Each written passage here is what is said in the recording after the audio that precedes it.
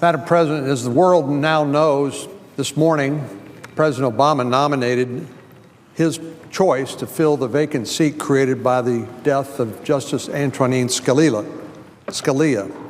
In doing so, the President exercised his unquestioned authority under the Constitution to nominate somebody to this vacancy.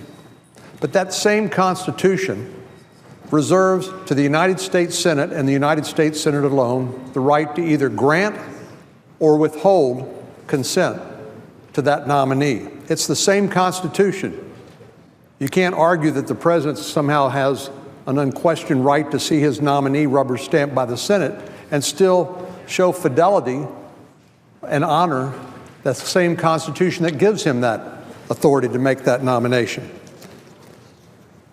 So at this time, I want to reaffirm my commitment to share with other members of our conference that this President will not fill this vacancy. The Senate will not confirm this nominee to this vacancy.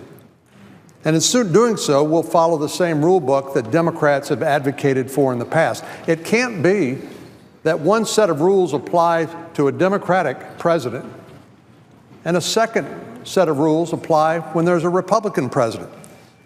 This isn't just about speculating what Democrats might do were the shoe on the other foot and we had a Republican president, because they have told us what they would do. They've done this since 1992, and in many ways they've kept their promise.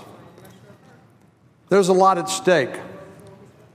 Justice Scalia served for 30 years on the United States Supreme Court. So the next justice could well change the ideological makeup and the balance of the Supreme Court for a generation to come and fundamentally reshape America as we know it. So at this critical juncture in our nation's history, and particularly with regard to the judiciary and the highest court in the land, the American people deserve a chance to have a say in the selection of the next lifetime appointment to the Supreme Court. And the only way to empower the American people and ensure they have that voice is for the next president to fill the nomination created by this vacancy. Now, I have heard some people say, well, we had that election in 2012 when President Obama was elected, but I would say you're half right.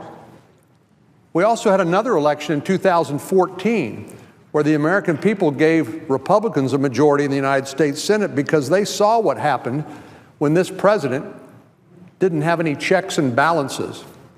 We saw this during the beginning of his term of office when Obamacare was passed by a purely partisan vote. We saw it when Dodd-Frank was passed, again, by an overwhelmingly partisan vote. So the American people have said to President Obama in 2014, we want an effective check on presidential power, and that's what the American people got. So you can't just look at the one side of the equation, the president's authority under the Constitution, and the fact that the president was reelected in 2012. You have to look at what happened in 2014 and the constitutional prerogative of the United States Senate either to grant or to withhold the nomination, confirmation.